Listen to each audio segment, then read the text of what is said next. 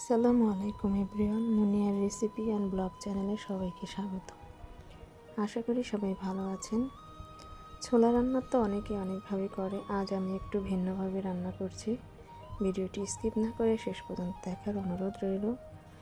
এখানে আমি হাফ কেজির মতো ছোলা রাতেই ভিজিয়ে রেখেছি। এইভাবে ছোলা রান্না করতে হলে রাতেই ভিজিয়ে রাখতে হবে। পুরো এক রাত ছোলাটা ভেজানোর জন্য রেখে দিতে হবে। ছোলাটা ভেজে আমি এখন প্রেসার কুকারে দিয়ে দিচ্ছি সিদ্ধ হওয়ার জন্য। সাথে দিয়ে দিলাম এক টুকরো দারচিনি, কয়েকটা লবঙ্গ আর 2-3টার মতো এলাচ। এখানে আমি 7-8টার মতো তেজপাতা দিয়েছি। তেজপাতার পরিমাণটা একটু বেশি দিয়েছি। আর দিয়েছি 7-8টার মতো কাঁচামরিচ। তারপর আমি এখানে 1 চামচ মতো চিনি দিয়ে দিলাম আর 1 চামচ মতো লবণও দিয়ে দিয়েছি। তারপর এখানে আমি মিডিয়াম সাইজের 2টা আলুও দিয়ে দিব একসাথে সিদ্ধ হওয়ার জন্য। তারপর আমি খুব বেশি পানি দিব না, এখানে আমি 2-3 কাপ মতো পানি দিয়ে আর সামান্য একটু তেল দিয়ে ঢাকনা দিয়ে ঢেকে রাখবো। এই পানিটা দিয়ে আমি রান্না করব, তাই সেই পরিমাণ পানি আমি দিয়েছি। সিদ্ধ বসিয়ে আমি এদিকে একটা বাটির মধ্যে তেঁতুল ভিজিয়ে রেখেছিলাম। এখন তেঁতুল থেকে আমি কাঠ বের করে নিব। তেঁতুলটা এখানে দেওয়ার কারণ ছোলাটা অনেক বেশি টেস্টি হবে, তাই তেঁতুলের কাঠটা আমি দিয়ে দিব। তো তেঁতুলের কাঠটা আমার হয়ে গেছে, এখন আমি বাটিটা একপাশে সরিয়ে রাখবো। আর এদিকে আমার ছোলাটাও সিদ্ধ হয়ে গেছে। দেখতেই পাচ্ছেন ছোলাটা আমার কত সুন্দর সিদ্ধ হয়ে গেছে।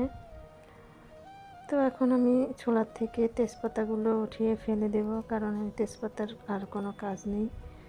এখন আলুটাও আমি আরেকটা পাত্রে উঠিয়ে রেখে দিচ্ছি। এদিকে আমি অন্য একটা কড়াইয়ের মধ্যে তেল দিয়ে দিলাম। তেলের পরিমাণটা একটু বেশি দিতে হবে, এখানে আমি হাফ কাপেরও বেশি তেল দিয়েছি। তারপর আমি এখানে 1 কাপ মতো পেঁয়াজ দিয়েছি আর 2-3টা ছোট দারচিনি আর 3-4টার মতো এলাচ দিয়ে দিয়েছি। 1 চামচ জিরা, 1 চামচ রসুন আর 1 চামচ মতো আদা বাটা দিয়ে ভালো করে কষিয়ে নিচ্ছি। এখানে আদার পরিমাণটা রসুনের থেকে একটু বেশি দিতে হবে। তারপর আমি 1 চামচের মতো দিয়ে দিলাম লাল মরিচের গুঁড়া আর হাফ চামচ মতো হলুদ, আর এখানে স্বাদ মতো লবণও দিয়ে দিয়েছি। তারপর আমি সবগুলো উপকরণ একসাথে কষিয়ে নিব। সামান্য একটু পানি দিলাম, পানি দিয়ে ভালো করে মশলাটা কষিয়ে নিব। তো মশলাটা ভালো করে কষানো পর্যন্ত আমি ভালো করে নেড়েচেড়ে নিচ্ছি। এরপর আমি এর মধ্যে যে আলুটা সিদ্ধ করে রেখেছিলাম সেটা হাত দিয়ে ভালো করে ম্যাশ করে নিয়েছি। তারপর আমি আলুটাও মশলার মধ্যে দিয়ে নেড়েচেড়ে নিচ্ছি। এবার আমি 1 কাপ মতো পানি দিয়ে দিলাম, দিয়ে আমি আলুটাও ভালো করে সিদ্ধ করে নিব।